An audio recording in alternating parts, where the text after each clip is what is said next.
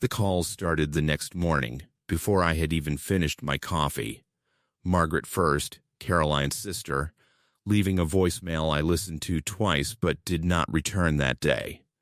Her voice was careful, measured, the voice of someone who already suspected which version of the story she was about to hear and was bracing herself for it. She asked only one question on that message. She asked if it was true. I did not call her back right away. Not out of anger, I want to be clear about that, but because I had learned over the previous 10 days that the first version of any hard truth you give someone is usually the version they remember forever. I wanted to give Margaret something closer to the whole picture than a rushed phone call at 8 in the morning could offer. The second call came an hour later, and this one I did not expect at all. It was from a woman named Patricia, Caroline's mother's oldest friend, someone who had been at our wedding 18 years earlier, standing near the back with a handkerchief she never actually needed, and someone I had not spoken to directly since maybe 2 years into the marriage. Our lives had simply drifted in different directions the way lives do, without any falling out, without any specific reason. I remember standing in the kitchen, staring at her name on the caller ID, trying to understand why, of all people, she would be the one calling now. I answered. Her voice was warm, but there was something underneath the warmth, a kind of carefulness. The tone of someone who has rehearsed what she is about to say more than once before actually saying it. She told me she was sorry to hear about the marriage. I thanked her, and I waited, because 18 years of reading people had taught me that when someone opens with sympathy this formal, there is almost always something else coming behind it. She asked me if I had told anyone yet about the affair, about the timeline of it, about how long it had actually been going on. I told her the truth, that I had only recently learned it had started 3 years earlier, not the 10 days I originally believed. There was a long pause on the line after I said that, long enough that I almost asked if she was still there. She told me she needed to tell me something she had been carrying for a very long time, and that she did not know, until this exact moment, whether she would ever actually say it out loud to me. 10 years ago, she said, she had seen Caroline at a restaurant 2 towns over, having dinner with a man who was very clearly not me. She had not said anything at the time. She told me she had convinced herself it was nothing.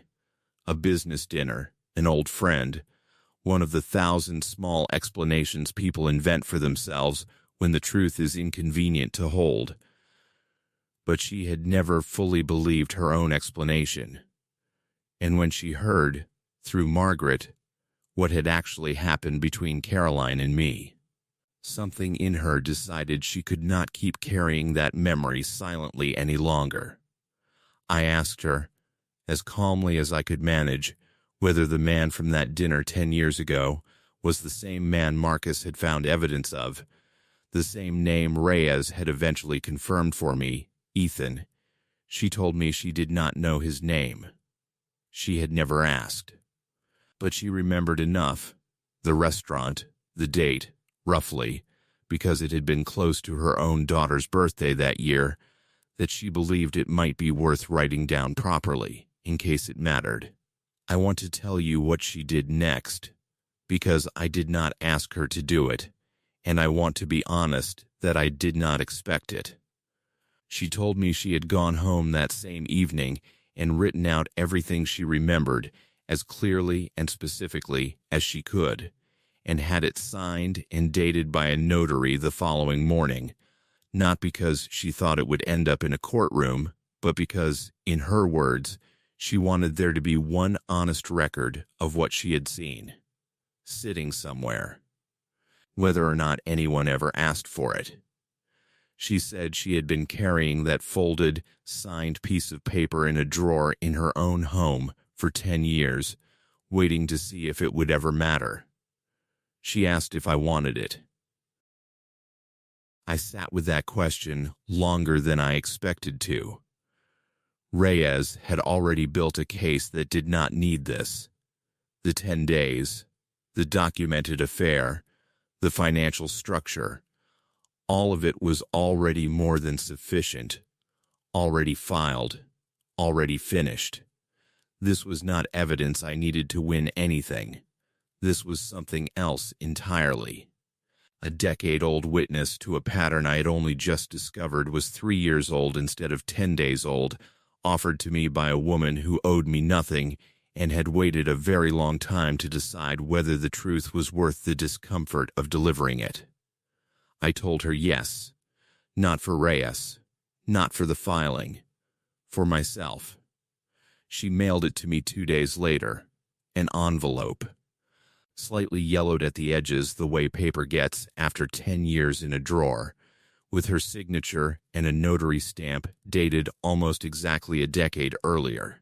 I sat at the same kitchen table where I had once shown Caroline the deed to our house, and I read Patricia's account slowly, twice, the way you read something that quietly rearranges an entire decade of your life.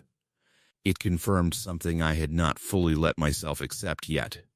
The affair had not simply started 3 years ago, as Ethan had eventually admitted to Reyes's investigator. It had very likely started even earlier than that, perhaps with someone else entirely, perhaps with Ethan from the very beginning, under a different set of circumstances I would never fully untangle. I want to be honest with you here, because this story only works if I continue to be honest. I do not know, even now, the complete and total timeline of everything that happened during those years.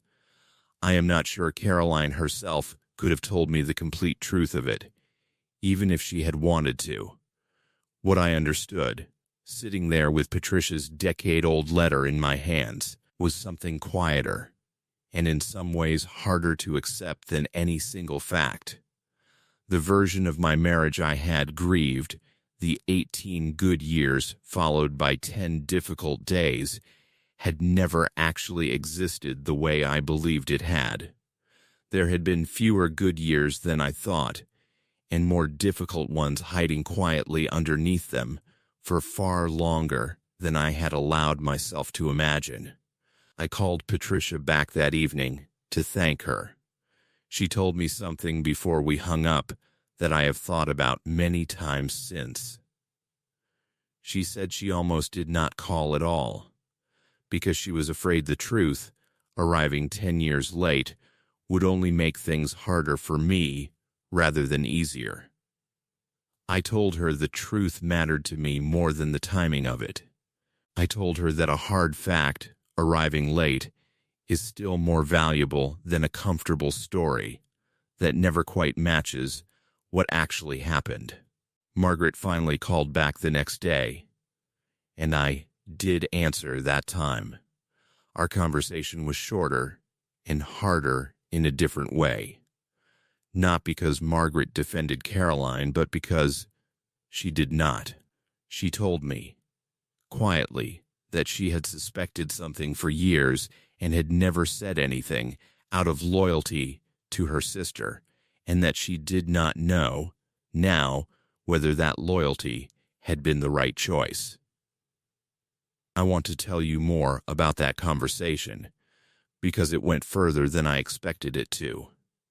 Margaret told me about a Christmas, 4 years earlier, when Caroline had disappeared for almost 2 hours during a family gathering, claiming a headache, claiming she needed air. Margaret said she had gone looking for her at one point and had not found her anywhere in the house. She said she never mentioned it, not to me, not even to Caroline directly, because at the time it felt like exactly the kind of small suspicion a person talks themselves out of, the way Patricia had talked herself out of a dinner 10 years earlier. I asked Margaret why she was telling me this now, after everything was already filed, already finished. She told me she thought I deserved to know that she was not simply defending her sister out of blind loyalty. She was choosing, finally, to stop protecting a version of events that had never fully made sense to her either. I did not have an answer for her. Some questions, I have learned, are not mine to resolve for other people. I told her I appreciated her honesty, and I meant it, even though, or maybe especially because, it arrived far too late to change anything that had already happened. That night, I called Reyes again, mostly to update her, though I think, if I am honest, I mostly needed to hear a calm, professional voice after a day like that one. I told her about Patricia's letter, about the earlier timeline it suggested, about Margaret's Christmas story.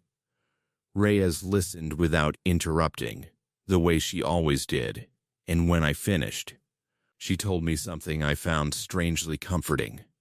She said that in her long career, she had noticed that almost every betrayal, once fully examined, turns out to have more witnesses than the betrayed person ever expected, not because people are cruel, but because most people, when they see something troubling, choose silence first and honesty only later.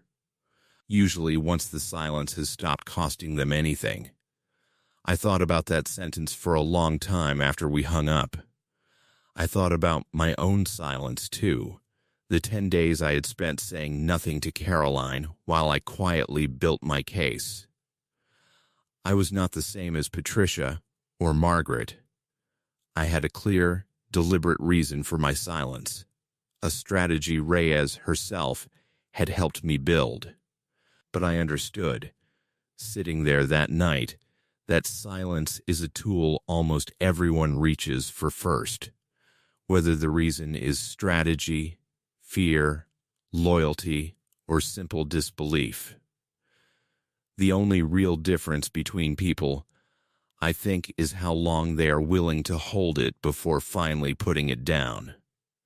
I also thought, that night, about my own dismissed suspicions, the small ones I had waved away over the years without ever fully examining them, a missed call I never asked about, a late arrival home from a book club meeting I never questioned. None of them, on their own, had ever seemed worth raising. Stacked together now, against Patricia's letter and Margaret's Christmas story, they formed a pattern I simply had not allowed myself to see while I was still living inside the marriage. I do not say this to blame myself. I say it because I think it is the most honest thing I can tell anyone listening to this story. Sometimes the signs are not hidden particularly well. Sometimes we are simply the last ones willing to add them up. I want to end this part of the story here, with Patricia's letter sitting in the same folder as the deed, the financial records, and everything else Reyes had already assembled, not because it changed the outcome of anything legally, but because it changed, permanently, how I understood the shape of the 18 years I had just finished grieving. What came next, the conversation with Ethan's own wife, who I did not know existed until that same week, that is the next part of this story.